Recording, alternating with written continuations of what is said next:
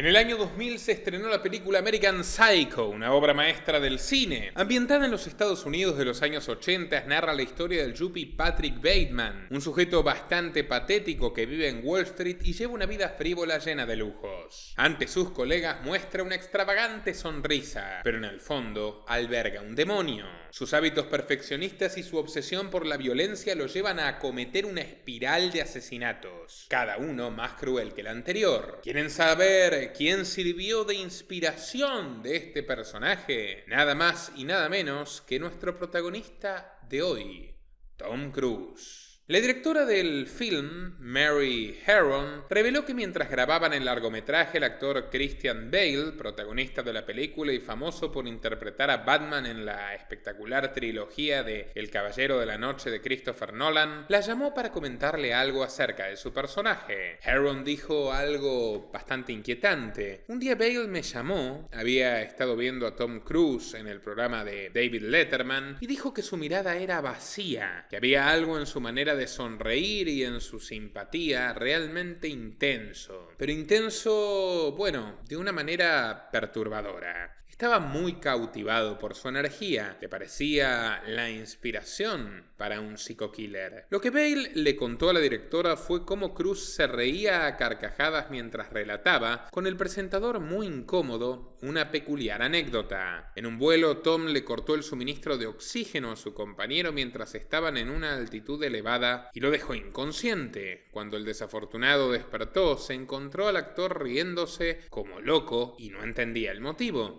We were flying to Colorado, and I was flying this airplane that we had to go on oxygen, and the winds were better at a higher altitude, so we climbed up, and I realized that we couldn't stay at that altitude if on oxygen. I had to descend because I didn't have enough oxygen. So I had a passenger in the back, so we figured out, you know, me and the co-pilot, that if we turned the oxygen off in the back guy, that we could make it at this altitude.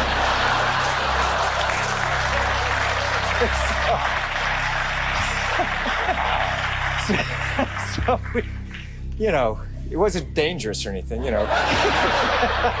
So, what happened when you turned his oxygen off? He was very quiet. He felt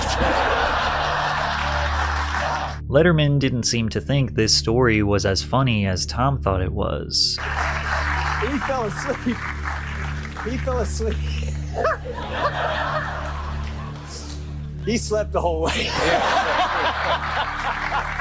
Well, but you know, it's the kind of guy you wanted to have him sleep the whole way. You know, it's like just. But honestly, looking at it from another direction, isn't that attempted manslaughter? You just turn a guy's oxygen off. You're lucky you're not doing time, for the love of God.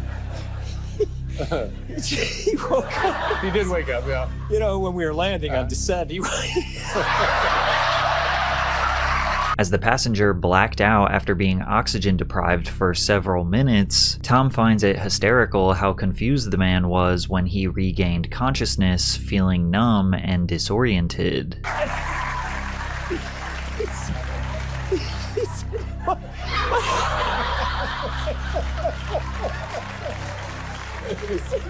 My hands are.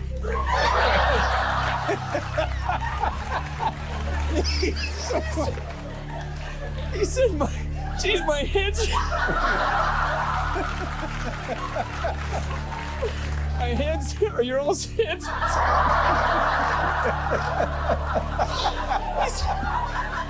He said, my hands are tingling. I slept the whole way. I said, must have been the way I was laying. Tom Cruise es una de las estrellas de cine más exitosas, pero acumula varias polémicas a sus espaldas, especialmente con una secta que fue vital para el desarrollo de su carrera, pero que ha perjudicado severamente su vida personal y su imagen pública. Además, nuestro hombre ha sido tendencia por su última película Misión Imposible, Sentencia Final, pero el estreno de este film ha levantado sospechas en torno al actor, porque Tom Cruise ha sido la fachada para la propaganda del complejo militar industrial, con películas como Top Gun Maverick, que anticipaban el conflicto con Irán, tal y como lo advirtió el mismísimo Julian Assange, fundador de Wikileaks.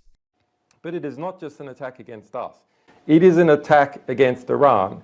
It fans the flames to start a war with Iran. And it's coming out in November. It's being filmed now. Benedict Cumberbatch is playing me. This movie has British involvement, and people in Britain should be concerned about it. How does it open? Well, and this has not been previously disclosed before, the opening scene is in a military complex in Tehran. The camera comes in, closes up on a file, and it is a design for a nuclear bomb marked with nuclear symbols. There's notes and whispers all around, and they're in Farsi, they're in Persian. There's an older scientist speaking. A high-speed camera will measure the explosive charge we've designed to trigger the chain reaction. It is then revealed by the camera 4 scientists in white coats walking in a windowless corridor.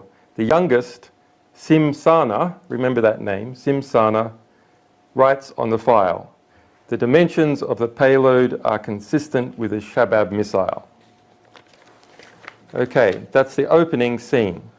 Iran is working on an atomic weapon. The opening scene of a film about WikiLeaks. How does this have anything to do with us? Well, we'll come to it. The next scene concerning Iran is in Cairo, where that Iranian nuclear scientist is meeting a US CIA agent, Kate. Close up again on the handwritten diagram of a nuclear bomb, the same diagram as we saw in the opening.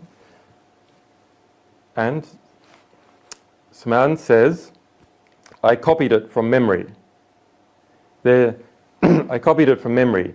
They're testing the explosive in the next 6 months. Now remember what Tom's National Intelligence Estimate found. Iran did not have a nuclear program. All 16 US intelligence agencies feeding into that report said that was the case with high confidence and has been reconfirmed every year since that point. The senior diplomat, who's also at the table with the CIA agent, says, "Shit, we thought they were at least 3 years away from a bomb." Another lie. Tom's report does not say that they're 3 years away from a nuclear bomb. So it's a lie upon a lie, a great big budget thing that's going to be pushed out in November. The Iranian nuclear scientist then says, if it works, they won't hesitate to sell the technology. And even if one of these things, if it works, they won't hesitate to sell the technology. And even if one of these things gets into the wrong hands, they'll sell it anyway. So that's the reality of where we're at. Not merely a war of intelligence agencies, but a war of corrupt media, corrupt culture. That war, we have got to understand, people who have appeared on this panel have been involved, sometimes with great sacrifice, at revealing the truth about important parts of the world, how the world is unfolding, how the world is shaping, the nature of institutions. They have revealed it heroically, in many cases, to the historical record, to our civilization as a whole, to you. You have to understand that where there's great powers at work, I don't mean shadow conspiracies, I mean enormous cultural powers, enormous industrial powers, the vast network of corporations that interact with government agencies around the world, selling them products, shipping their logistics from one place to another. The National Security Agency, for example, now has approximately 70% of its expenditure pass through Northrop Grumman, Lockheed Martin, etc.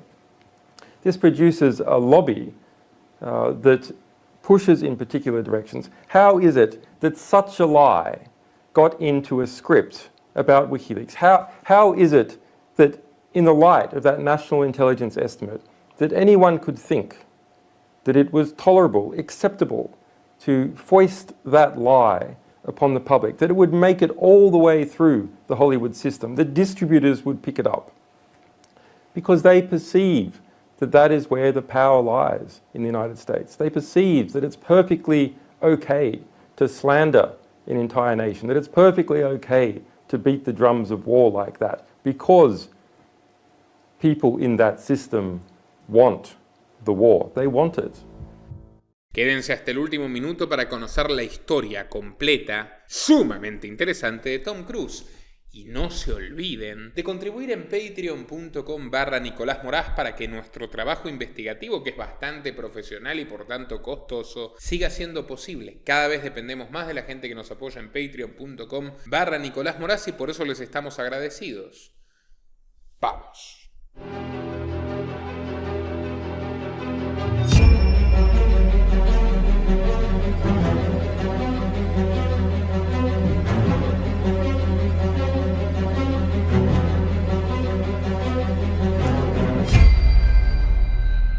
Dale clic al botón de suscribirse y no te olvides de activar la opción de recibir todas las notificaciones para no perderte de nada. El antepasado de Cruise más antiguo data del siglo XII, ni más ni menos. Se trató de un caballero del ejército del conde Richard de Clare, más conocido como Strongbow o Arco Fuerte en español, que invadió la isla de Irlanda. Luego de la campaña, varias tierras fueron expropiadas a los irlandeses nativos y una de ellas, al norte de Dublín, fue entregada a la familia Cruise. Con el tiempo se convirtieron en parte de la nobleza irlandesa y mantuvieron intacta su fe católica, aún con los episodios convulsos y sangrientos de los siglos XVI y XVII, como la cruel invasión del infame Oliver Cromwell durante la Guerra Civil Inglesa. Avanzando en el tiempo, nos situamos en 1849, donde un antepasado de nuestro protagonista, llamado Dillon Henry Mafother, se subió como polizón al navío Wisconsin.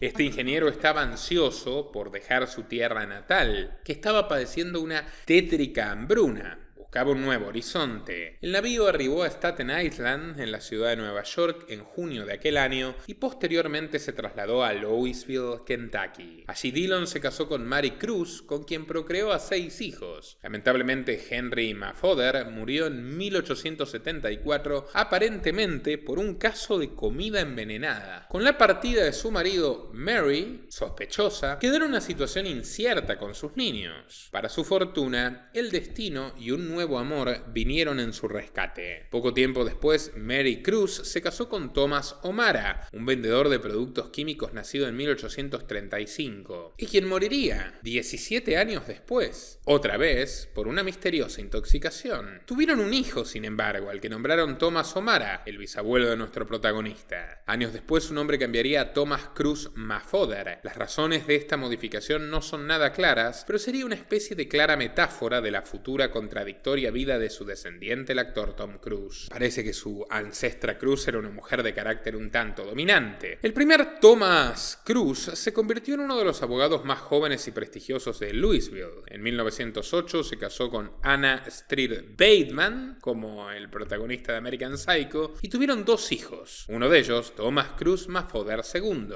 el abuelo de nuestro hombre. El segundo Cruise seguiría los pasos de papá Thomas I, convirtiéndose en jurista y juez local, además de ser un importante activista del Partido Republicano. Cruise II contraería nupcias con Ann Stewart Bateman y tendrían 2 hijos. Thomas Mafother III, el padre de Tom Cruise, era claramente el favorito. Thomas III nació en 1934 y era un chico bien. Creció con mucamas y cursó en la escuela privada San Javier de Louisville, donde recibió una formación jesuita. Les recomiendo al respecto nuestro tremendo documental sobre la historia de los jesuitas. Reducciones que decían que eran grandes centros de progreso humanitario, pero en realidad eran campos de concentración. La traición a los imperios católicos como el español, a través del cual crecieron y se enriquecieron. El auge y el ocaso de Napoleón Bonaparte. El hundimiento del Titanic. La formación de Marx y de Hitler y de Bill Clinton y tantas otras joyas para los interesados en el poder real. Muy recomendado nuestro documental de los jesuitas. Pero el caso es que tras terminar el secundario, Thomas Cruise III entró a la Universidad de Kentucky y estudió ingeniería eléctrica. Esa casa de estudios era solo para caucásicos, al menos lo fue hasta 1954, cuando permitieron el ingreso de gente de color. Cuando aquello sucedió, Cruise padre ya se había graduado, deploró la medida, se lo lo podía considerar un conservador racista en toda ley, y empezó a salir con una joven profesora de teatro de nombre Mary Lee Pfeiffer. Mary, la madre de Tom Cruise, descendía de inmigrantes irlandeses que habían arribado a Louisville en el siglo XIX. Thomas y Mary se casaron en 1958 y el progenitor del actor ingresó a trabajar en la compañía General Electric. Allí conoció a otro republicano que terminaría convirtiéndose en presidente, su publicista, el actor Ronald Reagan, y también desarrolló una obsesión por la tecnología láser,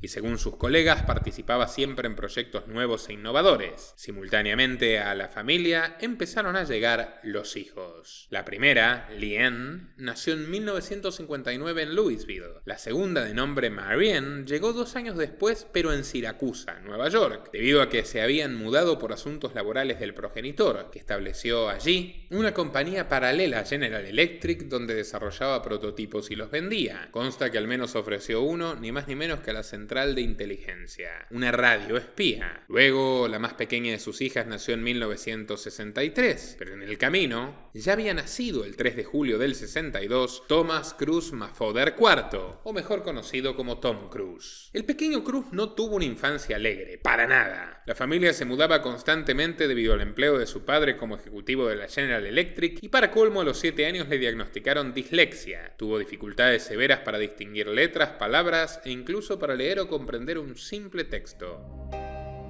Esto provocó no solamente la burla de sus compañeros, sino también de sus maestros. En su adultez recordaría con amargura las veces que le hacían salir al frente de la clase y cada vez que intentaba articular las palabras. Entonces todo el salón estallaba en carcajadas. Allí surgió un complejo de inferioridad que la futura estrella intentaría de una u otra forma eliminar. Ante un entorno hostil, nuestro protagonista se refugió en su mente, donde creaba mundos de detallada fantasía. En aquel recóndito lugar florecían escenas y diálogos de películas de acción, drama y aventuras. Una de ellas era Lawrence de Arabia, que retrata la fascinante historia de Thomas Lawrence y su lucha junto a las tribus árabes contra el dominio otomano durante la Primera Guerra Mundial. Durante la cena, Tom entretenía a su familia imitando las voces del Pato Donald, de Elvis Presley, de Humphrey Bogart y de James Cagney. Su madre lo alentaba a seguir su pasión e incluso escribía obras solo para que su hijo las interpretase. Con ella, el pequeño Tom desarrolló un vínculo poderoso. Con su padre fue muy distinto porque años más tarde lo describió como un matón y un cobarde. Dijo que Thomas Senior, el ingeniero, podía transmitir un aire de seguridad y tranquilidad, pero si te equivocabas te daba una fuerte patada y lo hacía en sentido literal. Además agregó lo siguiente: hay algo raro con ese tipo. No confío en él. Debo tener cuidado. Esa relación distante y fría entre padre e hijo se refleja bien en la siguiente anécdota. Una tarde, Thomas III se llevó a Tom Jr., nuestro protagonista, a patinar. El lugar estaba a 2 horas de distancia de su casa, por lo que sería un viaje largo, arduo. En la carretera, el pequeño Tom le dijo a su padre que tenía hambre y pidió algo de comer. Su padre, totalmente indiferente, le dijo que comiese algo imaginario y preguntó: ¿quieres un sándwich de imaginación? ¿Tú que eres tan soñador? ¿De qué te lo preparo? Tommy contestó: con jamón. ¿Y qué más?, dijo Tom Senior con sequedad burlona. Así transcurrió el viaje para la futura estrella, comiendo un sándwich irreal porque su padre no quería gastarse $1 para comprarle uno real. Muy pronto la familia atravesaría penurias económicas severas, lo que forzó al pequeño Cruz con 8 años de edad a trabajar para ayudarlos a todos. Al parecer su padre había robado secretos corporativos de General Electric para su propia firma y quedó desempleado y además sin clientes. Junto a sus amigos, el pequeño Tommy recorría el vecindario cortando césped por $2 y trabajando horas extra limpiando el patio de los vecinos. Pasaba los días libres trabajando duramente y al volver a casa le entregaba a su madre el monto que había recaudado. El resto del dinero lo gastaba en el cine, su pasatiempo favorito. En una entrevista a la revista People dijo: no teníamos YouTube ni escuela de cine. Las películas fueron mi única escuela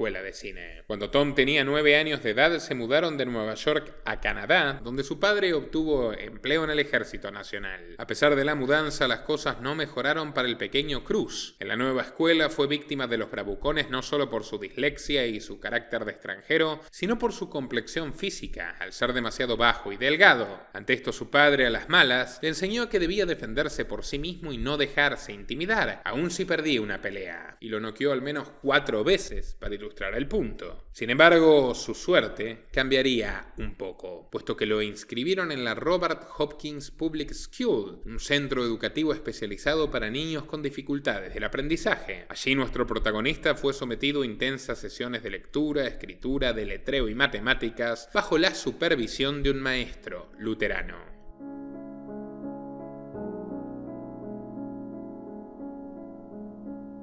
Sin embargo, la estadía en la escuela especial no fue duradera. El matrimonio de sus padres estaba podrido hasta las raíces y Mary tenía intenciones de divorciarse de su marido, que además había caído en el alcoholismo. Entonces, le ordenó a sus hijos alistar las maletas para una partida prematura. Así lo hicieron los pequeños y en la madrugada de 1974, mientras su papá dormía, la madre los despertó, los cargó a la camioneta Chevrolet y condujo desde Ottawa, capital canadiense, hasta la frontera con Estados Unidos. En el trayecto, Tommy pudo ver cómo su madre se quebraba emocionalmente. Primero Mary empezó a reír a carcajadas, como una gran liberación del peso que había soportado durante sus espaldas durante más de una década. Luego lloró desconsoladamente y gritó a todo pulmón hasta quedarse en silencio. Al llegar a Kentucky, Thomas IV, nuestro protagonista, se dio cuenta de que las cosas iban a cambiar. Con tan solo 12 años de edad se convirtió en el jefe de familia, matando a su niño interior para convertirse en hombre en forma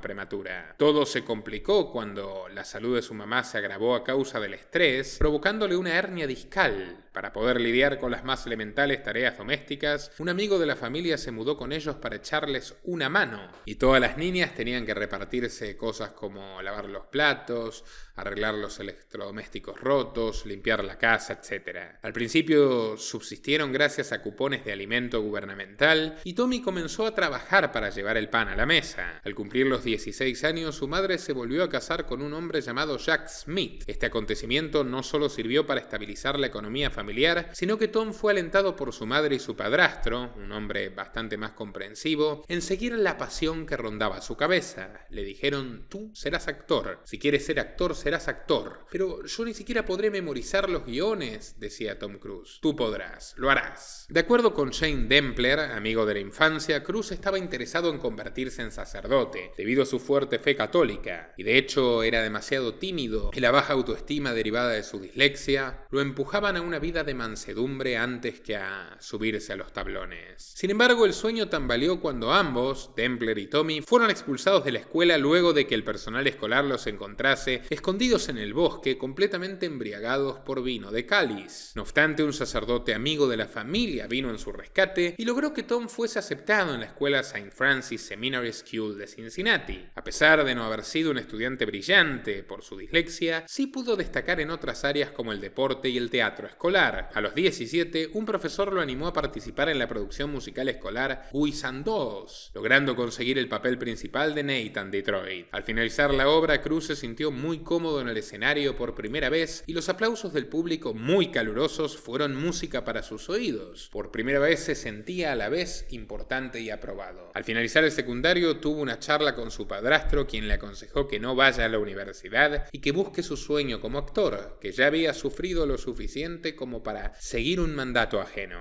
Le dijo: Tom, esta apuesta es todo o nada. Con 18 años cumplidos y con la bendición de su mamá, Tom Cruise se mudó a la ciudad de Nueva York. Para lograr su objetivo se trazó un plazo de 10 años para forjar un nombre por sí mismo.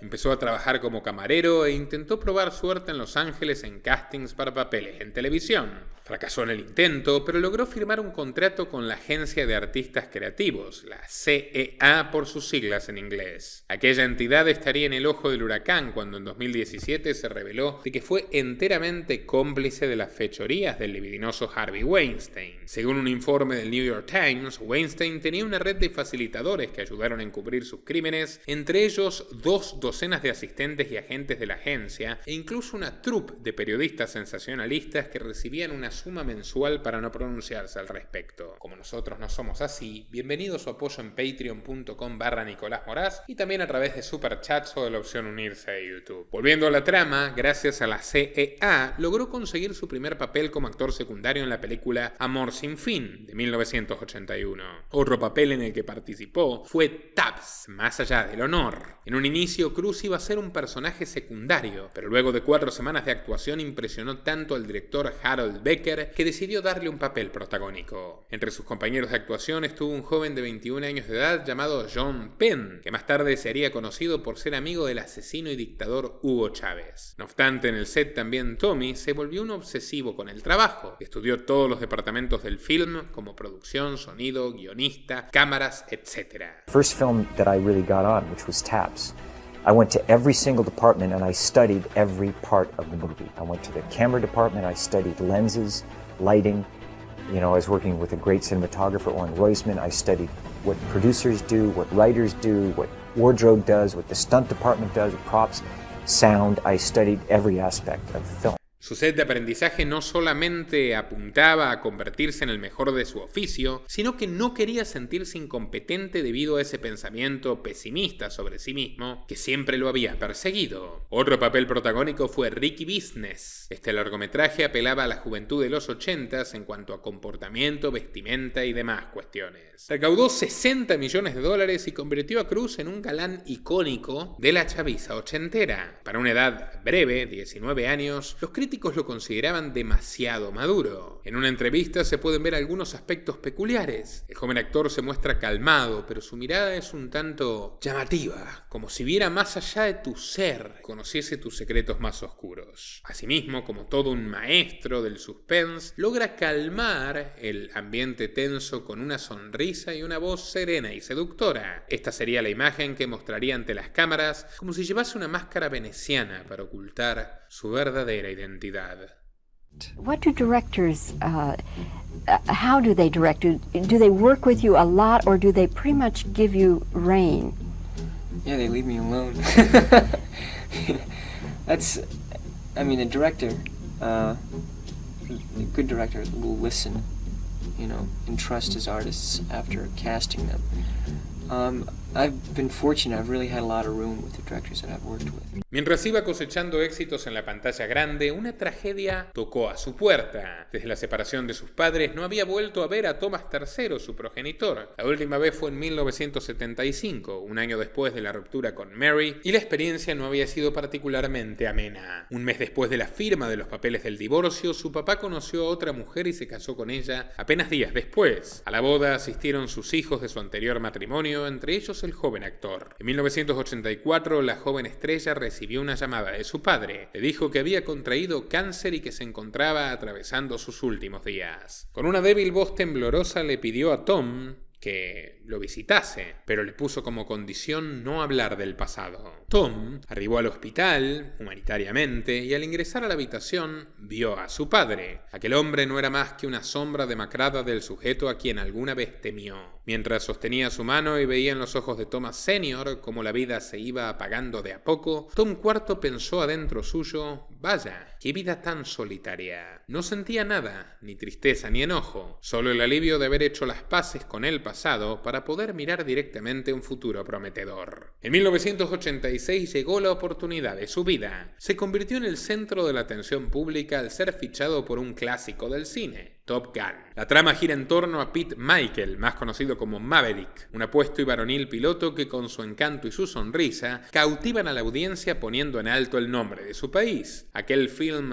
chauvinista contó con la presencia de figuras estelares como la despampanante Kelly McGillis como Cheryl Blackwood o el fallecido Val Kimmel como Iceman. Las escenas de los motores de los aviones despegando de la pista y subiendo hacia las alturas, o la icónica escena entre Maverick y Charlie con la canción Take Me Breath Away, volvieron a Top Gun un icono del cine.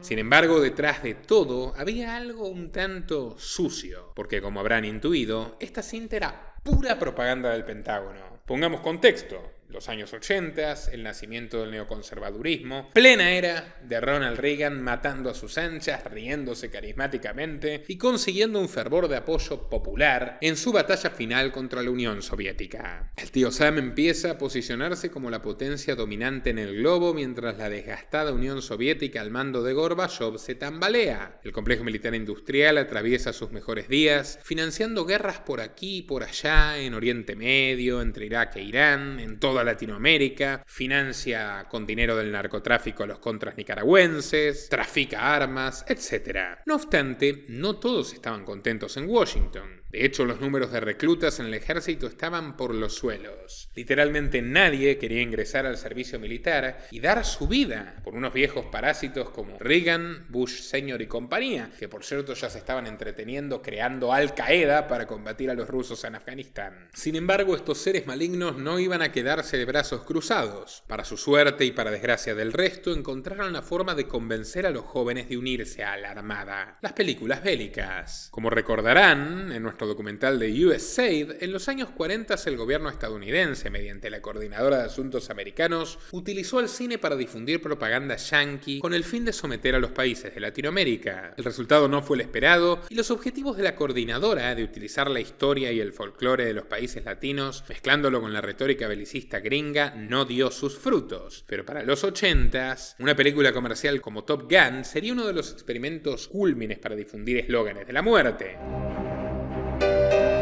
Básicamente, se sospecha que Tom Cruise fue elegido por haber sido hijo de un subordinado de Reagan en la General Electric. El Pentágono se gastó casi $2 millones en el proyecto, 1.800.000 para ser claros, y la Oficina de Información de la Marina de los Estados Unidos contrató a los productores Don Simpson y Jerry Bruckheimer para la realización del film, estrictamente supervisado por el secretario de Defensa. Esta oficina del Leviatán de Washington encargó que la película tuviera dos elementos clave: la historia de amor entre Maverick y Charlie y el destino de Gussie, uno de los personajes de la cinta. El primer ítem tuvo muchas dificultades. Originalmente se pensó un romance entre el personaje de Cruz y una suboficial de la Marina. No obstante, cuando enviaron el guión a un asesor del ejército, este lo descartó, argumentando que no era conveniente que dos integrantes de similar rango tuvieran un affair. Bruckheimer pidió una lluvia de ideas y el asesor militar sugirió que la mujer fuera una instructora o analista civil, y para ellos se inspiraron en Christine Fox, una matemática y contratista del Centro de Análisis Naval. Fue así como Fox sirvió de consultora e inspiración para el personaje de la actriz McGills. Curiosamente, al igual que su contraparte ficticia, Christine fue analista de superioridad aérea en la Estación Aérea de Miramar y participó en la evaluación de aviadores en el programa Top Gun. Porque sí, señores y señoras, Top Gun no fue algo sacado por los pelos. La inspiración vino de un artículo publicado por Ehud Jonai en 1983 en la revista California Magazine, un propagandista militar a sueldo que además tenía ciudadanía israelí. Allí se describe el nivel de velocidad de vuelo de un F-5 a más de 40.000 pies sobre California. De manera literaria, el artículo dice que la rapidez de la aeronave es tal que es capaz de eyectarte en un abrir y cerrar de ojos. Las barras están pintadas con rayas negras y amarillas, una señal de advertencia. Tira hacia arriba y apriétalos, y una carga explosiva te sacará de la cabina y hará que vueles por los aires. Top Gun se trató de una escuela de combate de la estación aérea del Cuerpo de Marines de Miramar, y los pilotos que participaron en estas pruebas eran apodados Yogi y Possum.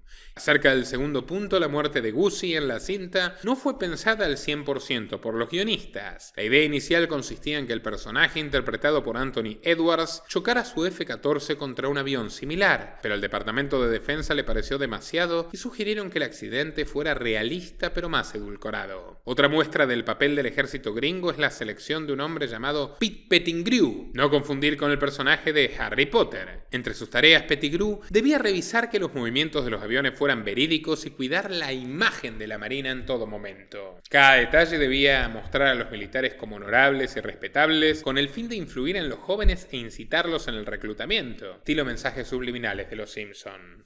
Ned, mío. Repite mucho eso. Lo voy a regresar.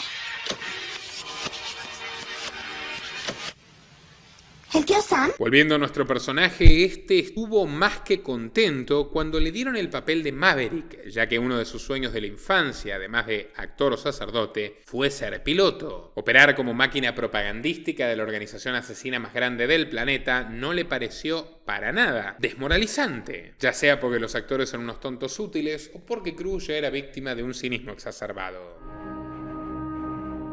Mientras en el film Cruise se mostraba confiado y muy seguro de sí mismo, detrás de las cámaras la cosa era bien distinta. En la película los personajes de Maverick y Iceman tenían una fuerte rivalidad, la cual se trasladó a la realidad porque Tom Cruise y Val Kilmer no se llevaban para nada bien y nunca interactuaban en el set. Nuestro protagonista pasó por momentos realmente bochornosos. Para prepararse en su papel fue llevado en un viaje inicial por un piloto profesional. En medio de las maniobras, Tom sintió cómo el desayuno, emergía por su garganta. Desesperado buscó una bolsa para vomitar, pero no pudo encontrarla porque el avión giró y lo puso boca abajo, haciendo, que su vómito cubriese todo su cuerpo. Perdón por la escatología. Al mismo tiempo, Tom Cruise tuvo dificultades para memorizar sus líneas y muchas veces tuvo que improvisar ante las cámaras, lo cual le provocó ansiedad e ira. El set de filmación estuvo marcado por la tragedia. Más allá de que Val Kilmer lanzaba comentarios punzantes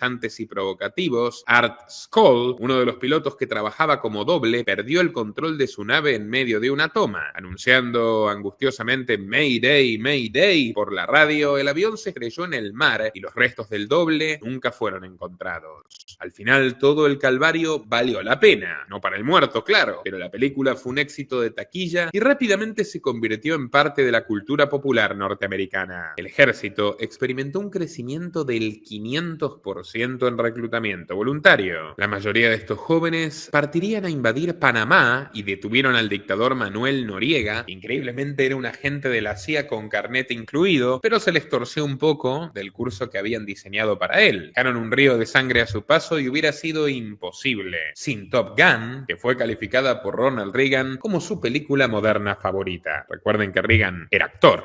El éxito catapultó a Tom Cruise e incluso el amor apareció en su vida porque se casó en 1987 con la actriz Mimi Rogers. No obstante, Mimi no pudo tapar el inmenso vacío que quedaba en el corazón agrietado de Tom. Su dificultad de aprenderse las líneas seguía disparando inseguridades. La obsesión por conocer cada uno de los elementos del cine alcanzó niveles patológicos. En respuesta, su mujer le dio un libro que cambió su vida. Se llamaba Dianética, la ciencia moderna de la salud mental. Su autor era L. Ron Hubbard, fundador de la polémica Iglesia de la Cienciología. La vida de Cruise no volvería a ser la misma. Vamos a detenernos en este apartado para explicar brevemente en qué consiste la cienciología. No ahondaremos en la historia porque esto ameritaría su propio documental. Nos limitaremos a abordar a su líder y a su funcionamiento interno, bastante similar a una secta. El fundador fue Lafayette Ronald Hubbard, nacido el 13 de marzo de 1911 en Creston, California, y descrito como un mentiroso profesional. Razones no faltaban porque este tipo construyó un mito en torno a su propia vida. Aseguró que había aprendido a leer a los 3 años y que escribía solo, al mismo tiempo que ya domaba caballos salvajes. Afirmó que su abuelo Lafayette Waterbury era un poderoso ganadero y que él, Hubbard, logró hacer un pacto de sangre con los indios pies negros. Una mentira por partida doble, no hizo un trato con nadie y su abuelo era considerado un veterinario fracasado. A los 12 años de edad empezó a interesarse por la psicología y la filosofía, aunque ese dato falta en sus diarios personales. Hubbard juró que entre los 14 y los 19 años recorrió China, Mongolia, India y el Tíbet, jugando a ser un Marco Polo del siglo XX con el fin de contactar a santurrones orientales. Sin embargo, en 1935 confesó a la revista Adventure que se trataron en realidad de breves estancias turísticas y no fue solo, sino en la compañía de su mamá. Con apenas estudios básicos ingresó a la Universidad George Washington en la carrera de Ingeniería Civil y en su tiempo libre escribía para University Hatchet. Nunca se graduó y prefirió dedicarse a la escritura y a pilotear aviones. Este sujeto era lo que en los Andes se denominaba un bajpaku, un charlatán. Dijo tener un doctorado en filosofía por la University of Sequoia en California, pero en realidad esta fue clausurada por por emitir títulos falsos. Su servicio durante la Segunda Guerra Mundial no es del todo claro. Hubbard aseguró que llegó al grado de teniente comandante por haber derribado un submarino japonés en el Pacífico. Producto de semejante hazaña, habría sufrido ataques que le costaron la visión e incluso la movilidad de sus piernas. Según análisis médicos, sus huesos estaban tan infectados que tenía que moverse con un bastón. Su vista se redujo drásticamente, lo que le dificultaba avisorar objetos lejanos, señales de tránsito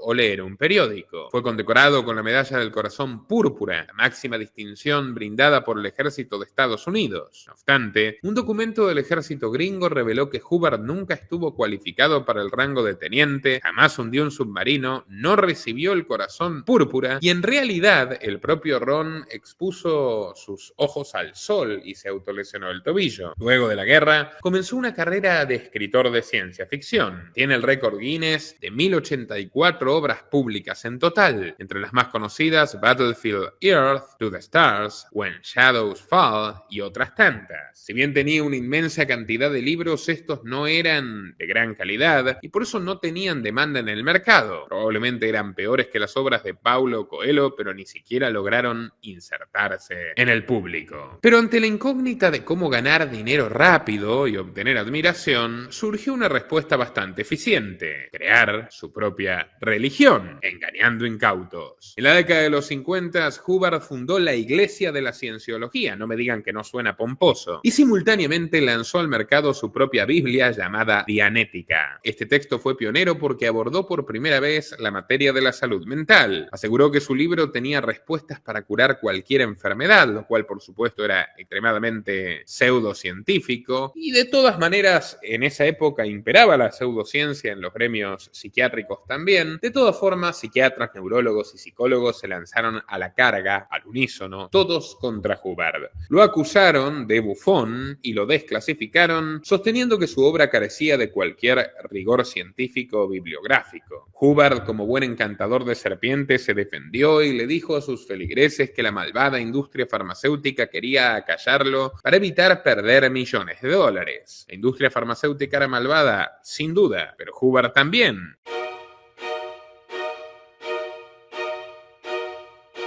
Para los cienciólogos existen dos tipos de mentes: la analítica, es decir, la dimensión lógica de nuestra conciencia, y la mente reactiva donde se albergan las inseguridades. A diferencia de otros cultos y sectas, los cienciólogos no tienen un dios como tal, pero aseguran que existe una entidad suprema llamada Tetan que se encuentra dentro de cada ser humano. La única manera en la que podría manifestarse este espíritu, según estos particulares muchachos, es librarnos de nuestros pensamientos negativos.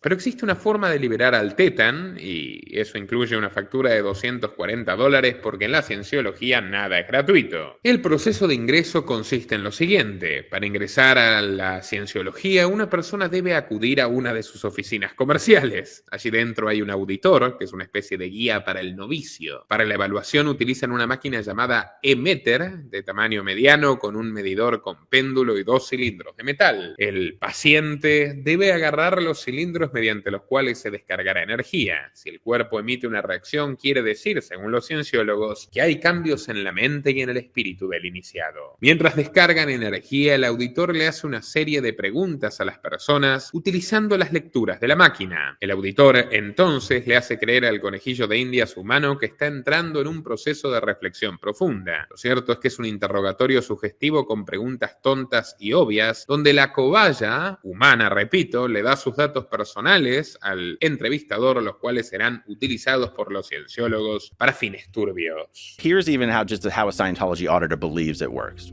You're holding the cans, there's a tiny little battery in that e-meter that's sending, and you're completing the circuit when you pick up the cans, right? So you got a little thing going there, and that needle will respond to your physical movement, but that's not what we want. And I'm going to go, is there something you're withholding from me?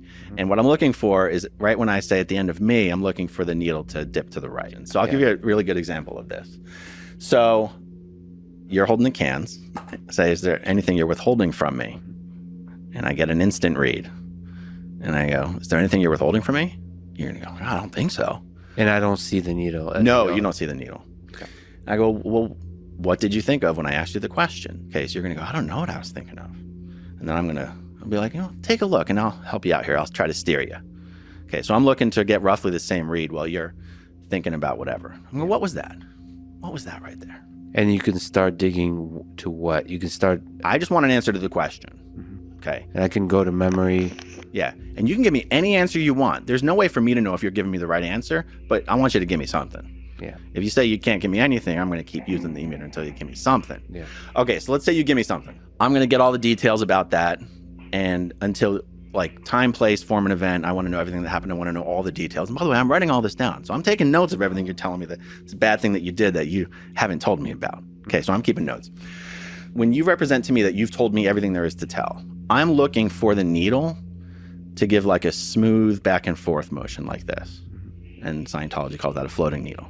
That means, in Scientology land, we're done with that. Obviamente carece de cualquier rigurosidad, pero es bastante pintoresco que sus medidores tengan palabras como manecillas de reloj. Ahí se determina en qué estado, entre comillas, está la persona, y si cae en una mala palabra, entre comillas, deducen que algo malo le pasó en la vida y es enteramente su culpa. Muchos consideran esto una forma de tortura. Being a victim is despised in Scientology because of something called the tone scale. The tone scale is sort of an emotional ranking of a person, and it goes from -40 to 40. Now 0 is death and 0.1 is victim. It is seen as a bad thing to even feel any negative emotions in Scientology because Scientologists believe that if bad things happen to you, it's because you have done something bad to deserve it. It all felt like emotional torture. Esta forma de victimización ritual tiene como objetivo inducir a la persona a adentrarse en la secta y, bueno, hacerla sentir necesitada del tratamiento, ¿verdad? Por supuesto, todo esto cuesta dinero y desde el enfoque que critica estos cultos llamados coercitivos, a esta gente se le va anulando de su libre albedrío. El siguiente contenido se ha realizado bajo los más estrictos parámetros ETSA de YouTube, en un contexto netamente periodístico, educativo y documental.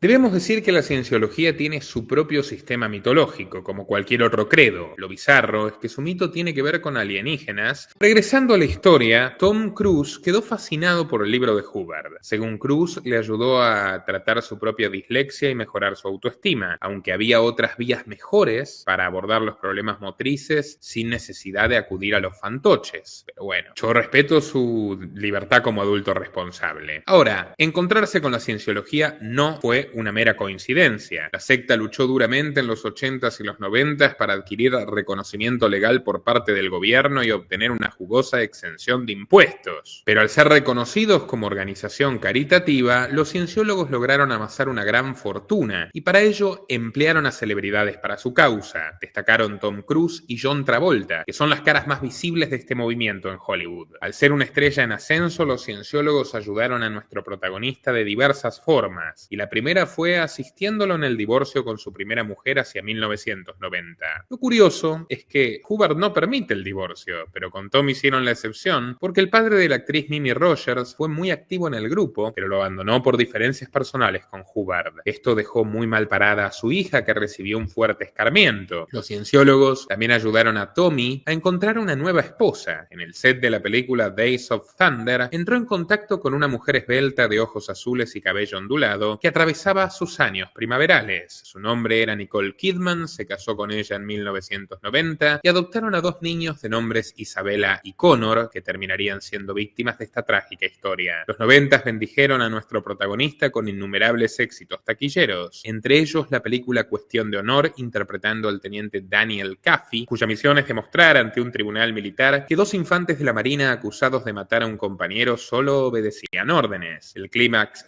llega cuando Kaffee interroga al coronel Nathan Jessup, interpretado por Jack Nicholson, quien pronuncia una de las frases más inolvidables del séptimo arte: "You can't handle the truth". Peliculón. Otro film de la lista destacada es Entrevista con el vampiro, donde Cruise compartió escenas con Brad Pitt, Antonio Banderas y Kristen Dunst. Basada en la novela homónima de la escritora Anne Rice, ella se opuso fervientemente a que el protagonista de Top Gun interpretase a uno de los personajes, llamado Lestat. El director de la cinta, Neil Jordan, la convenció diciéndole que aunque Cruise tenía ese aire escalofriante y aparentemente abducido, una estrella de Hollywood estaba está obligada a llevar una vida repleta de mentiras. Tom, por su parte, se esforzó por darle peso a su nuevo papel. Aprendió a tocar el piano, es un gran actor, leyó todas las novelas de crónicas vampíricas e incluso vivió un tiempo en París pagado de su bolsillo, aunque también fue un poco caprichoso porque tras el desembolso exigió $5 millones por adelantado, que su camerino estuviese conectado mediante un túnel con el set de rodaje para dar aires misteriosos a su aparición, y estaba celoso de Brad Pitt porque era más alto, lo que llevó a Cruise a ponerse cuñas debajo de los zapatos para que no se notara la diferencia de estatura. La película fue todo un éxito y había planes de hacer una secuela, pero ni Cruise ni Pitt tenían muchas ganas de hacerla. Tom tenía sus razones porque George Clooney le gastó una broma pesada. Se hizo pasar por Brad Pitt y envió cartas a varias celebridades, entre ellas Tom. Le dijo que quería hacer una secuela de Entrevista con el vampiro, pero Tommy ya no interpretaría a Lestat, sino lo haría el falso Brad. Les recomiendo, por cierto, nuestro documental de George Clooney, que está lleno de aspectos monstruosos vinculados a la CIA, a la traición de su esposa Julian Assange, que le costó carísima a Assange, y a su intento de ser presidente de Estados Unidos. Un sueño que mantiene en pie. Cuidado, podría lograrlo. 250,000 de espectadores lo avalan. Junto a su mujer Nicole Kidman, Tom Cruise protagonizó la afamada película de Stanley Kubrick, Ojos bien cerrados. La trama narra cómo un médico se adentra en un mundo oculto de rituales profanos ante una inquietante confesión de su esposa. La pareja fue sometida a una filmación ardua de 15 meses y grabaron más de 50 tomas de cada escena para lograr una autenticidad profunda de los personajes. Sabemos que Kubrick era un obsesivo. El director le dijo al matrimonio que confesaran sus miedos, sus pensamientos y sus detalles de pasado sexual en su propia presencia.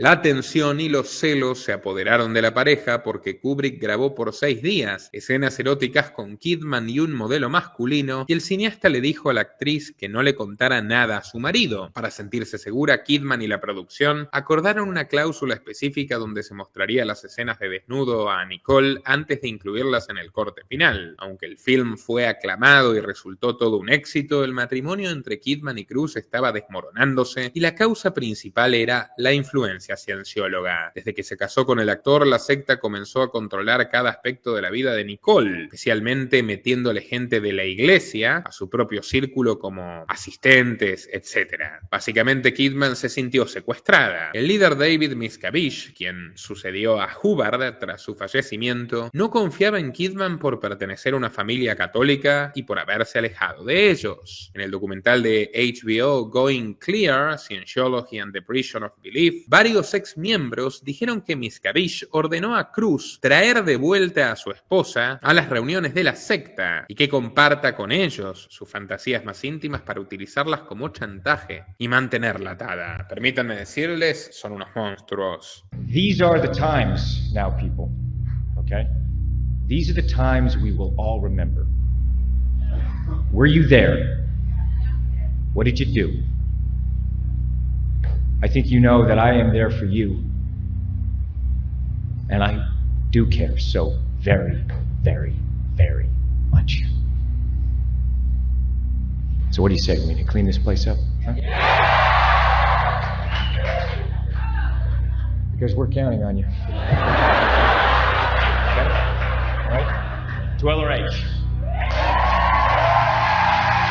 Llegaron a pinchar el teléfono de Kidman y a espiarla asiduamente. Como no lograban su objetivo, le buscaron una nueva novia a Cruise, que resultó ser la actriz Nazanin Boniadi, a la que sometieron a trabajos forzados como limpiar un inodoro con un cepillo dental. Para 2001 la pareja se divorció y Kidman fue finalmente libre. Sin embargo, fue una victoria pírrica, pues Tom se quedó con la custodia de los niños. Cuidado con los abogados de la cienciología. De hecho, tuvimos mucho valor para hacer este documental, así que bienvenido a su apoyo en patreon.com/Nicolás Moraz, porque lo necesitamos más que nunca. Básicamente, las criaturas terminaron abducidas también. Años más tarde, la actriz dijo que respetaba la decisión de sus chicos de formar parte de aquel culto y que a pesar de ello los amaba como madre, pero lamentó que nunca la hayan vuelto a visitar ni le hayan enviado un solo mensaje, ya que la secta prohíbe todo contacto con disidentes. Entre finales de los 90 y principios de los 2000, Tom inauguró una de las sagas de acción más famosas de todas, Misión Imposible. Esto catapultó todavía más su carrera actoral al revelar su habilidad para hacer escenas de riesgo sin necesidad de dobles. Y aquí vamos a hacer una nueva aclaración ETSA de contenido educativo e informativo, donde no hacemos explícito nada que transgreda las políticas de esta respetada plataforma. Sin embargo, Tom Cruise tampoco fue trigo limpio. Durante la grabación de Misión Imposible 2, la actriz Thandie Newton denunció que los actores Anthony Hopkins, un grande, y Sam Hunt hicieron comentarios machistas hacia su personaje y que se reflejó en algunas escenas. Entre los controvertidos diálogos está el de Hopkins diciendo ¿qué? ¿Acostarse con un hombre y mentirle? Es una mujer, tiene todo el entrenamiento que necesita. Hunt lanzó otra frase: es una mujer, son como los monos, no sueltan una rama hasta que tienen otra bien cogida. Una apreciación sin duda poco feliz. De Cruise tampoco guarda un buen recuerdo. Lo acusó de querer controlar todas las escenas de su personaje y era tal su intromisión que la actriz admitió tenerle miedo, hasta el punto de encontrarse una vez en el baño y al enjuagarse la cara constatar el reflejo de Cruise en el espejo como en una auténtica película de terror. No sería la última vez que Tom se sobrepasaría con compañeros de elenco. Durante la grabación de Misión Imposible 7, Tom Cruise empezó a gritar como simio a todos en el set por no respetar las normas de distanciamiento de la sopa china, porque cuidado, pseudocientífico con la cienciología, pero jamás cuestionó el relato oficial del encierro. Miren.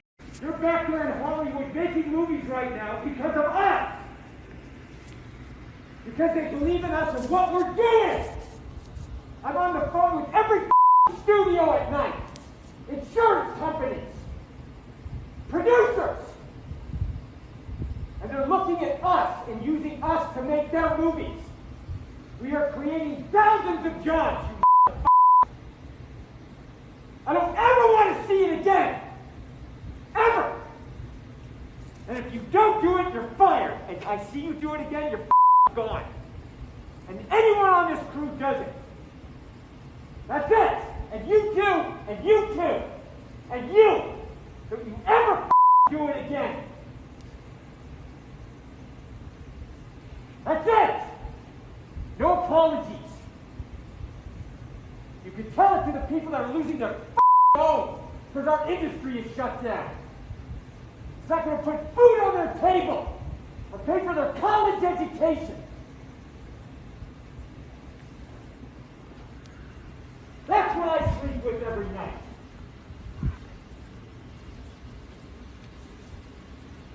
In the future of this industry. So I'm sorry, I'm beyond your apologies. I have told you, and now I want it. And if you don't do it, you're out.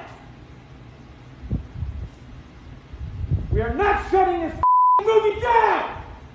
Algo característico de Cruise es su poca tolerancia a los chistes. Fíjense cómo se enojó con un fan que le roció un poco de agua en la cara. No, why would you do that? Why would you do that? Come here. Come here. Why would you do that? Why would you do that? It's not very funny. Can you please? No, it's okay. No, wait 1 second. What's so funny about that? It's ridiculous. Do you like making less of people? Is that it?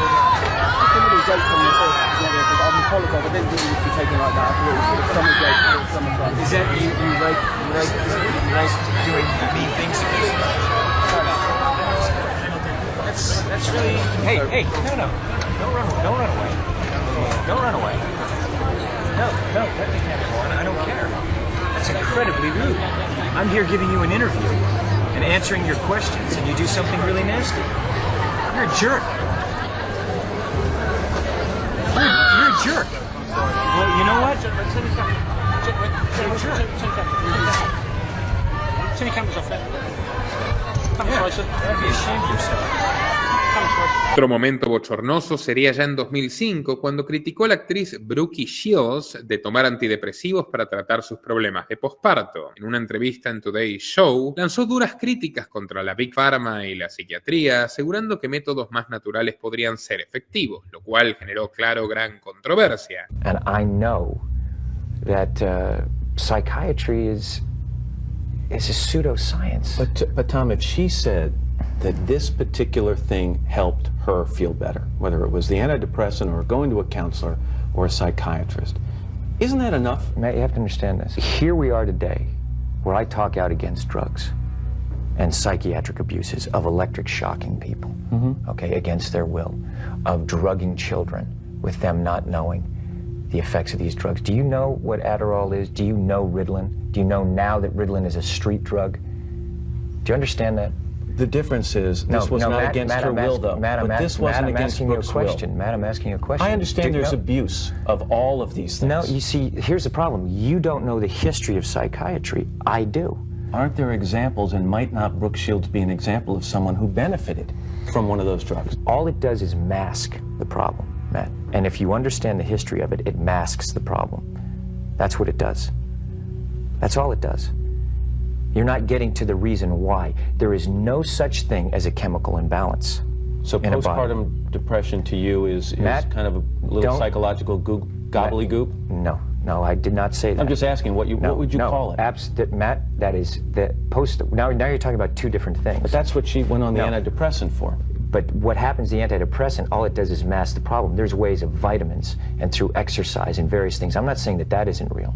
That's not what I'm saying. That's an alteration of what I'm saying. I'm saying that drugs aren't the answer, that these drugs are very dangerous. They're mind-altering, antipsychotic drugs. And there are ways of doing it without that, so that we don't end up in a brave new world. Como dato de color, hay una faceta de la cienciología intelectualmente destacable, claro que no lo hicieron por motivos nobles, pero financiaron los trabajos y los documentales de un brillante psicoanalista y psiquiatra libertario llamado Thomas Szasz. Si bien la opinión de Cruz sobre la psiquiatría tradicional no ha sido tomada en serio por su fanatismo religioso, y puedo entenderlo, pues una visión que está intoxicada porque es partidario de la pseudociencia cienciológica, Thomas Szasz no fue nunca un partidario de la cienciología y sí fue un destacado científico que realizó cuestionamientos claves a conceptos como ¿a qué se llama enfermedad mental? Pensemos que hasta 1992 la homosexualidad era injusta y erróneamente considerada como tal, y ahora estamos bastante cerca de que la homofobia lo sea, y por más que estamos totalmente en contra de la homofobia, también estamos en contra de patologizar conductas por razones políticas, y de eso se trata, por ejemplo, el mito de la enfermedad mental de Thomas Szasz y la fabricación de la locura, también de Thomas Szasz, donde por ejemplo ahonda en que los manuales de diagnóstico de enfermedades mentales se realizan por votación de la Asociación Americana de Psiquiatría, un instrumento burocrático e imperialista con el cual se termina modelando lo que está permitido y no en una sociedad, pisoteando libertades, confinando a gente injustamente o a veces incluso envenenándola y torturándola, como lo hacían en su día la psiquiatría represiva hitleriana y la psiquiatría represiva stalinista. Todas estas cuestiones merecen ser revisadas a profundidad y de hecho muchos profesionales de la salud mental han realizado severas reflexiones sobre su accionar y progresos dentro de sus materias a partir de la obra de Szasz. En 2004, el entonces ministro de Finanzas francés Nicolas Sarkozy fue duramente criticado por reunirse con el actor. El encuentro entre ambos duró 90 minutos, donde supuestamente hablaron de relaciones entre Francia y Estados Unidos, y Cruz lo invitó a visitar su rancho en Colorado. El diputado comunista Jean-Pierre Brard dijo a la agencia AFP que Sarkozy mintió al afirmar que en la reunión no se trató el tema de la cienciología. E ironizó que Sarkozy, un opositor a las drogas, se reúne con el representante de una organización acusada por narcotráfico y prostitución forzada. Eran algunos de los cargos que cayeron sobre referentes cienciológicos a comienzos de este siglo. Como todo fanático, Cruz intentó captar a varias celebridades para la causa ciencióloga, entre ellas el actor y comediante Seth Rogen. We had been meeting with him for a long time, a few hours. We've been talking, and again, I say, like, I'm a huge Tom Cruise fan. Like, I fucking love Tom Cruise. Like, I see every Tom Cruise movie. Like, I go to theaters. I can't wait. That man is determined to die on camera for our entertainment. And this meeting, by the way, was at the time when he was married to Katie Holmes, and he just had a baby with her, Siri. Right. That was right when this meeting was like, it was at the peak of Tom Cruise. Like, I mean, I use the word mania in a very literal sense, I think, in this situation.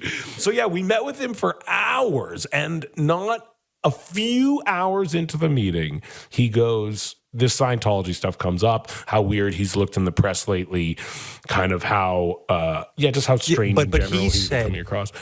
But he said, what you said in your book was fascinating. He said, The press is trying to make me look crazy because I'm costing the pharmaceutical industry so much money because he's against, he's against pharmaceuticals.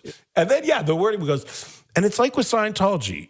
He said, if you let me just tell you what it was really about, if you let me just give me like 20 minutes to like really just tell you what it was about, you would say, no fucking way. No fucking way.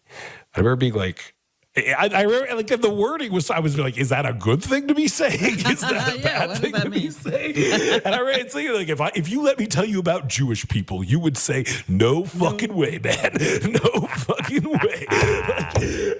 And then I remember there was this very like loaded moment where he says this to us. If you just gave me like 20 minutes to tell you about this, you would say, no fucking way. And me and Jen are looking at each other and I'm like, is he going to bite? Am I going to bite? How can we come out of this? Are we strong enough to have him do this to us and not be converted? I don't know if I am. I'm generally a weak-willed, weak-minded person, I would assume, on the grand scale of people. If they got him, what chance do I have? And thank God Judd was like, I think we're good. Like, let's just talk about movies and stuff like that. I was like, woof, dodge that bullet. El punto más esquizofrénico de nuestro hombre fue cuando en el programa de Oprah Winfrey saltó en el sillón como un mono desquiciado y más tarde brindó unas declaraciones absolutamente desconcertantes.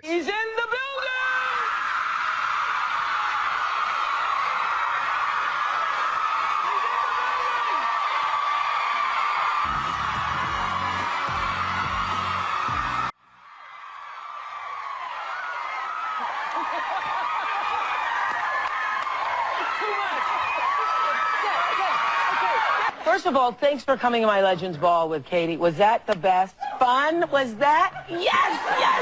What has happened to you? That's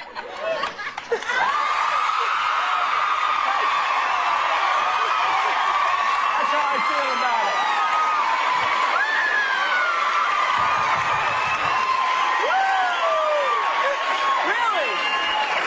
Really?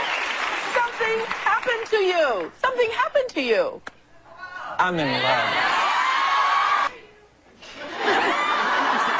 No, they're literally on the edge of their seats. They're like this. We've never seen you behave this way before. I know. Have you ever felt this way before?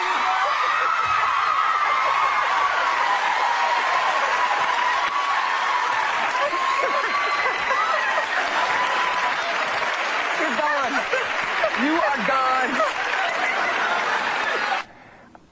I'm not going to pretend. I can see you're not. You know, Katie once told 17 magazine. Yes!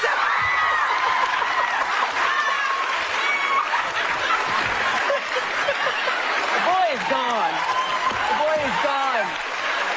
He's gone. I am. Okay. This is something I have to discuss with her personally, but you know.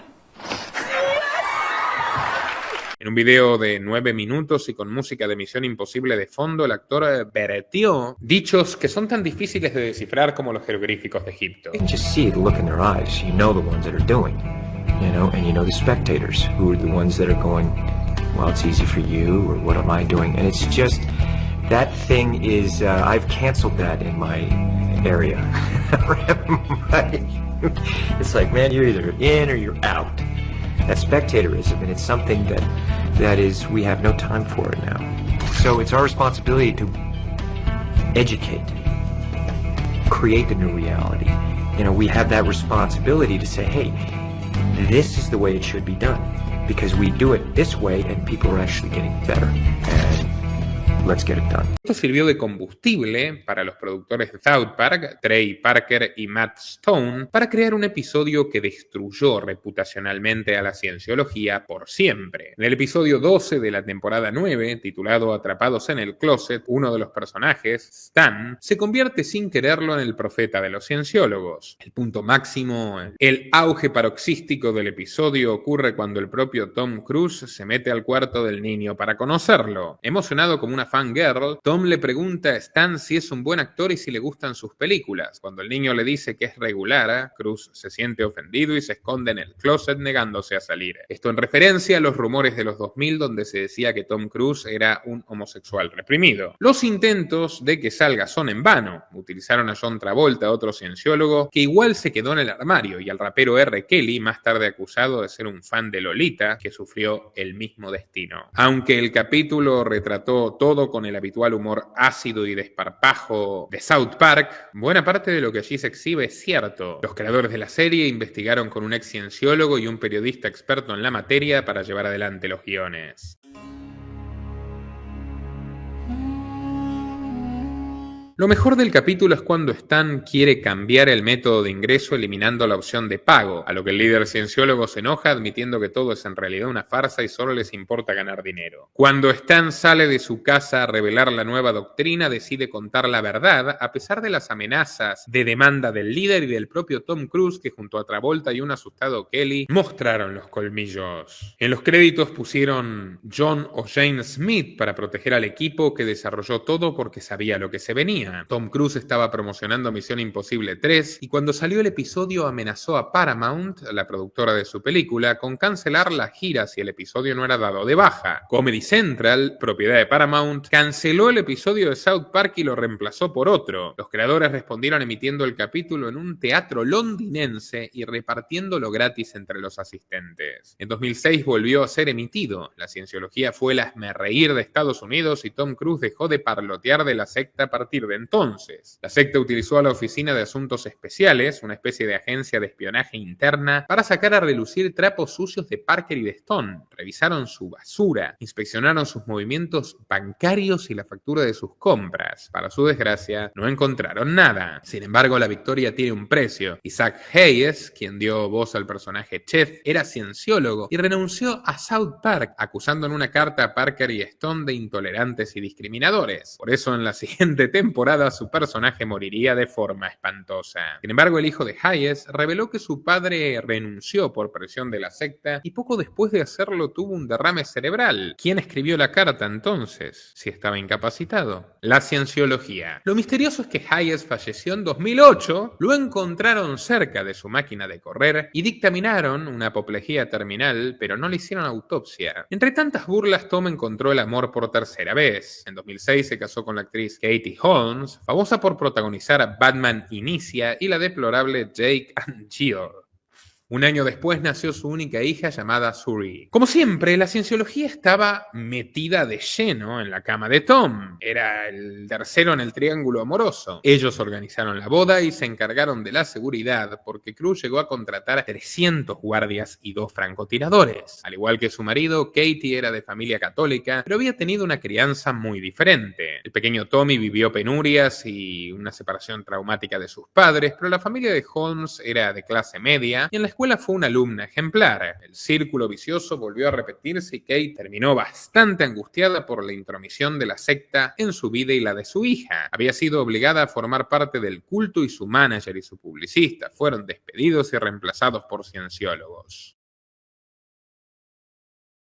A inicios de la década del 2010, las alarmas se encendieron cuando, en medio de una crisis matrimonial, Holmes se enteró de que su esposo, otra vez, quería quitarle la custodia de su hija. Temerosa de padecer el mismo calvario que Kidman, decidió actuar a espaldas de Cruise, agarró a la pequeña y se mudó a Nueva York para realizar el divorcio en una jurisdicción menos dominada por la cienciología que la de California. En la Gran Manzana, Katie Holmes vivió en la incertidumbre porque sentía que había gente extraña siguiéndola a menudo y sospechó que su teléfono había sido intervenido. Aún con el sudor frío recorriéndole la espalda, se armó de valor y llamó a la policía para espantar a los acosadores. Finalmente, en 2012, se divorció de Tom Cruise y despidió a los cienciólogos de su equipo. El actor se sorprendió por la decisión de su ex, pero aceptó pagar la manutención. Desde entonces no ha vuelto a ver a su hija, ni ha tenido la menor voluntad de hacerlo. Suri acaba de cumplir 19 años y afirma que no necesita más a su padre en su vida, prácticamente dándolo por muerto. Así fue como Tom Cruise saboteó otra relación divulgación a causa de su fanatismo por la cienciología. Y aquí un mensaje para los varones de la audiencia, especialmente aquellos que se consideren poco agraciados o que padezcan de baja autoestima. Ya vieron que no importa si eres un galán o un actor famoso, con millones de dólares en el banco y una sonrisa perfecta. Fanáticos religiosos y políticos espantarán a todas las mujeres. Teléfono para Andrew Tate. Tom Cruise sería lo que la juventud llama hoy en día un espantaviejas. Teléfono para Ana de Armas. Sin embargo, la década de los 2000 no fue tan mala para Tom. Protagonizó grandes películas como El último samurái, que está buenísima, y Collateral,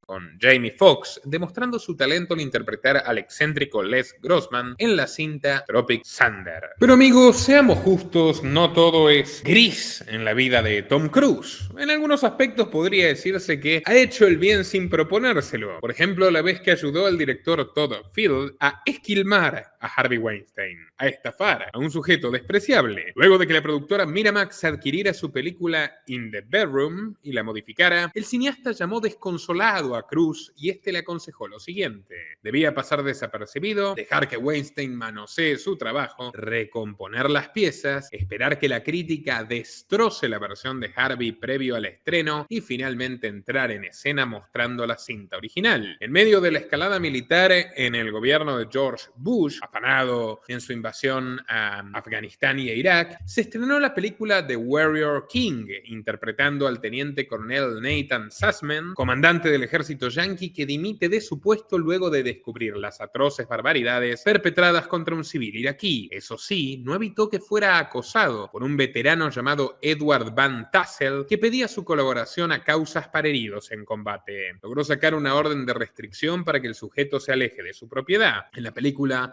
American Made, interpretó a Barry Seal, un piloto que transporta la droga de Pablo Escobar a Estados Unidos, pero que luego lo traicionaría para ser un espía de la CIA y morir acribillado por el cártel de Medellín. Lo bello de esta película es cuando arrestan a Seal y lo llevan ante la fiscal de Arkansas. Luego ella, por una llamada del gobernador, hace que lo liberen. ¿Quién era el gobernador de ese estado en aquellos tiempos? Bill Clinton. Ya su gestión está involucrada de alguna manera con el escándalo Irán-Contra. Se los contamos, la CIA le vendía armas a Irán cuando supuestamente el gobierno norteamericano apoyaba a Hussein, a Irak, y con eso a su vez financiaban a los paramilitares nicaragüenses. Producto del genocidio en Gaza, Tom Cruise tuvo un gesto noble con su agente Maja Dakil, de origen libio. Ella había sido despedida de la agencia CAA por haber vertido acusaciones en contra de los crímenes de guerra de Netanyahu. Fue entonces cuando Cruise salió a defenderla y llamó a esta organización reprochándole su accionar, aunque su actuar solo empeoró las cosas y causó más tensión dentro del círculo.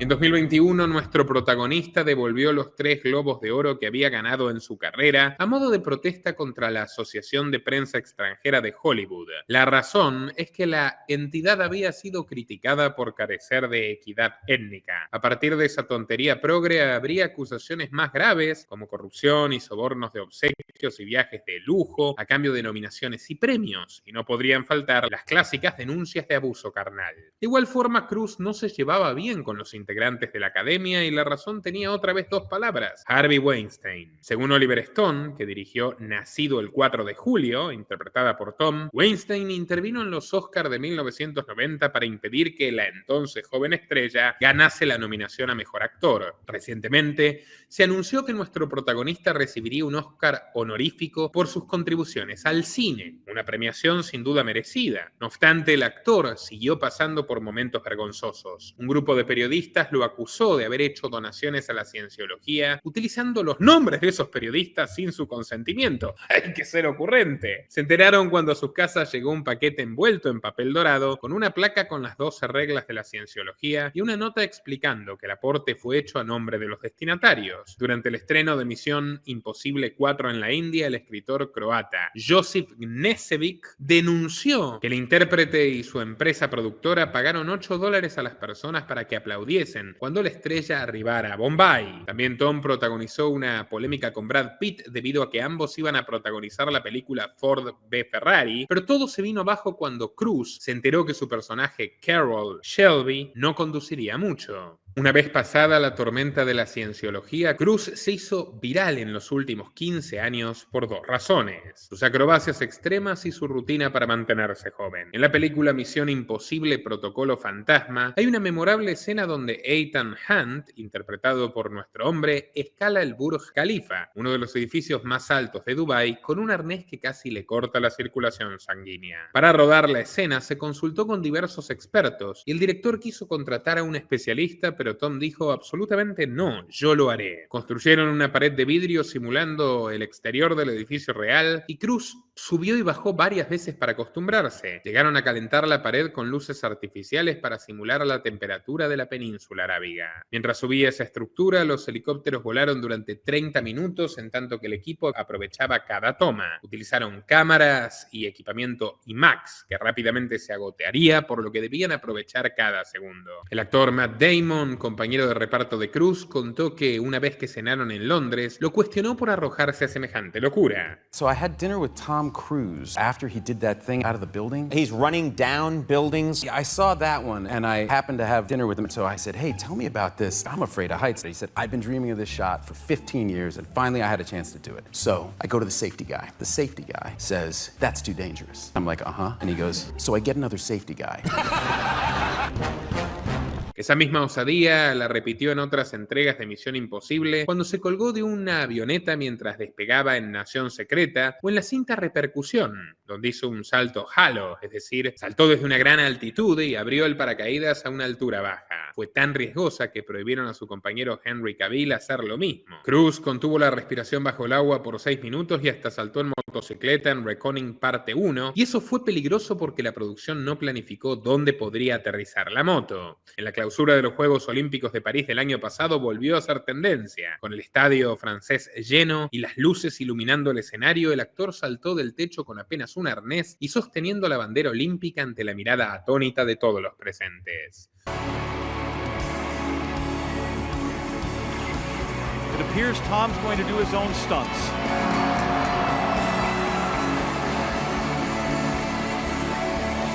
They wondered how it would be possible to follow in the footsteps of Paris 2024. It turns out it's far from a mission impossible. Su círculo íntimo intentó disuadirlo porque temía que sufriera un accidente como en 2017, durante el rodaje de Misión Imposible 6, cuando al intentar saltar de un edificio a otro falló y se estrelló contra el costado de un bloque de concreto, fracturándose su tobillo. No cabe duda de la dedicación de nuestro protagonista a desafiar la muerte, pero ¿se han preguntado por qué lo hace? Bueno, seguramente recordarán algo de la doctrina ciencióloga sobre Tetan, ¿verdad? Pues resulta que al ascender en la escala de la secta, pagando cantidades exorbitantes, el Tetan dentro del cuerpo supuestamente se libera e incrementa el potencial del usuario. En pocas palabras, se pierde el miedo y el hombre transige a una especie de semidios o de dios encarnado. Lo que explicaría por qué Tom Cruise hace acrobacias tan arriesgadas con una edad de casi 60 años. Otra particularidad es su dieta estricta. Todos alguna vez nos hemos preguntado cómo fue que Cruise haya mantenido esa apariencia tan juvenil, pues en 2020 se reveló la rutina que el actor sigue para mantenerse en forma. Consume apenas 1.200 calorías diarias y se alimenta exclusivamente de salmón, avena cruda, arándanos, jengibre, remolacha, brócoli, aceite de oliva, tomates y espinaca. Todo lo complementa con antioxidantes, vitaminas y minerales. Cuando sale a cualquier evento público no pide los platos del menú. En su lugar ordena pescado blanco y verduras al vapor,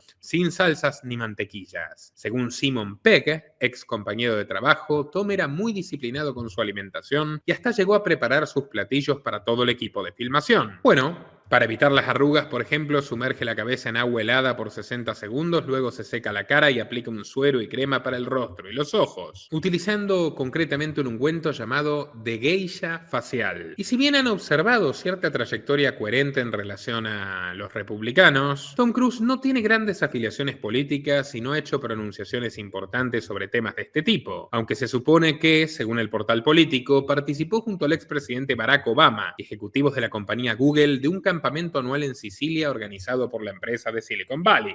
Nuestra empresa, llamémoslo así.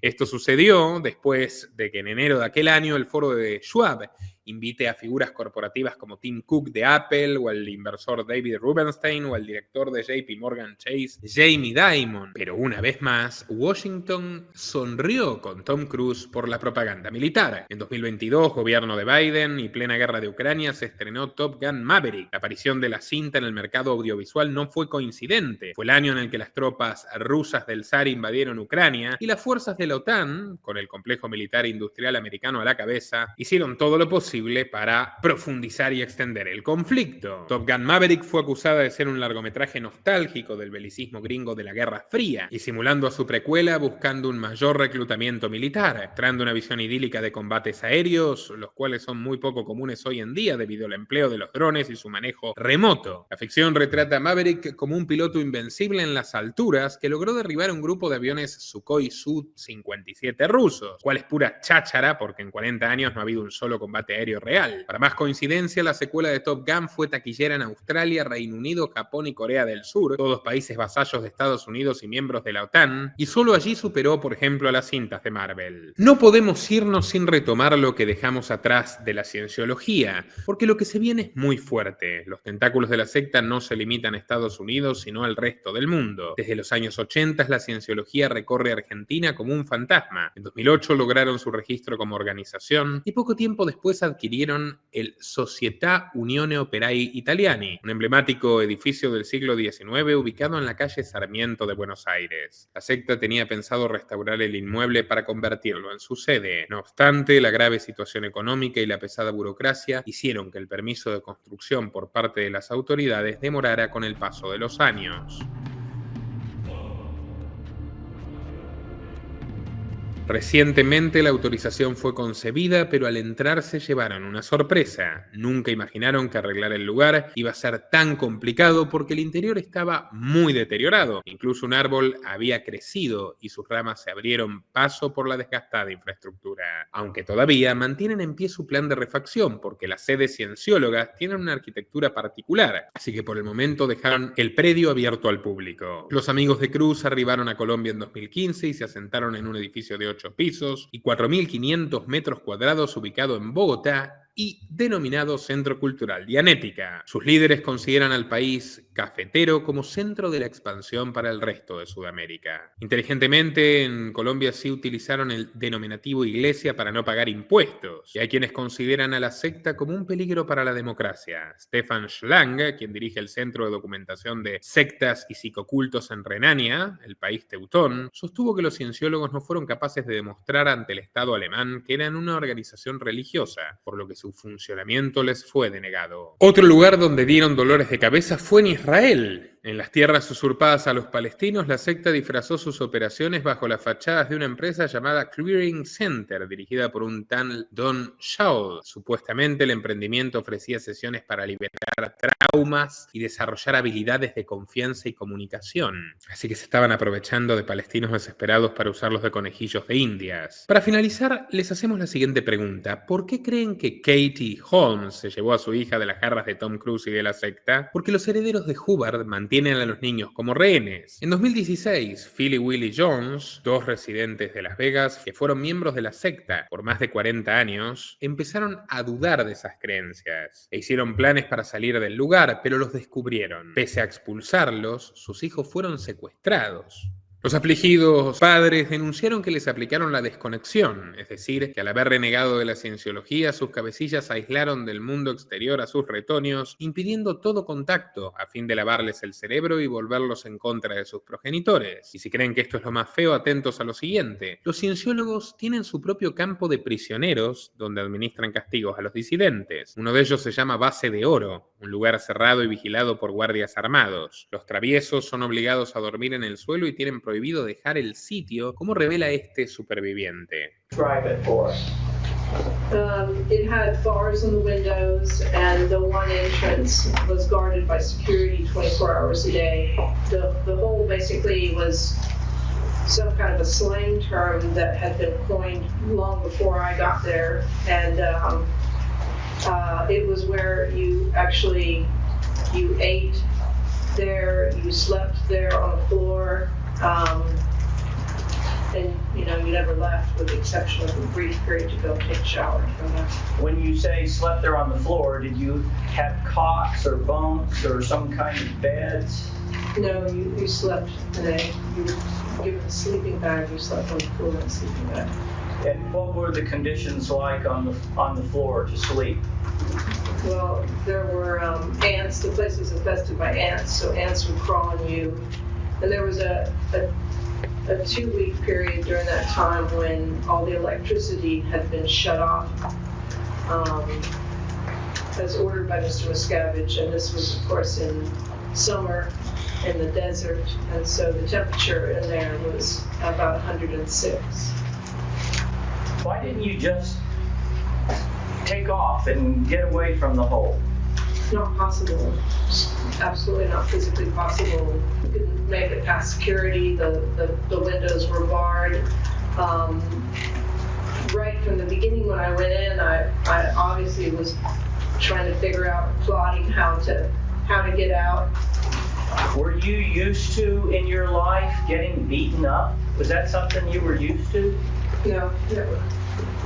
And you were a 40-something-year-old woman with a very, very respected job. Yes. No solo los guardias aplican castigos severos, también los miembros más prominentes. La actriz Lea Remini, una ex ciencióloga, relató en 2018, entre todos los líderes, hay uno que destaca en sadismo y golpea con la correa mientras se deleita como la piel de su víctima se enrojece, y su nombre es Tom Cruise. Esta mujer señaló que nuestro protagonista no es ninguna víctima, sino que está al tanto de todos y cada uno de los abusos que ocurren en el seno de esta organización. Para colmo de males, la artista señaló que Cruise es considerado como una deidad viviente dentro del culto, y en los rangos más bajos se difunde la mentira de que Tom Cruise está salvando al mundo con sus acciones. Sin duda alguna, todo un psicópata americano.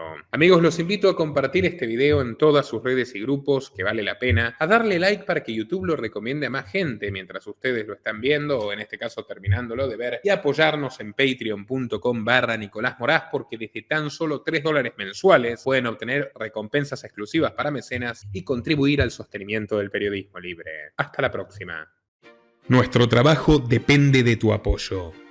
Para que siga siendo posible, realiza tu aporte desde tan solo $3 por mes a través de Patreon, en los enlaces que figuran en la descripción o en el comentario fijado. También podés hacerlo vía Bitcoin o desde la opción Unirte de YouTube. Y si estás en Argentina, elegí el medio de pago de tu preferencia a través de Mercado Pago.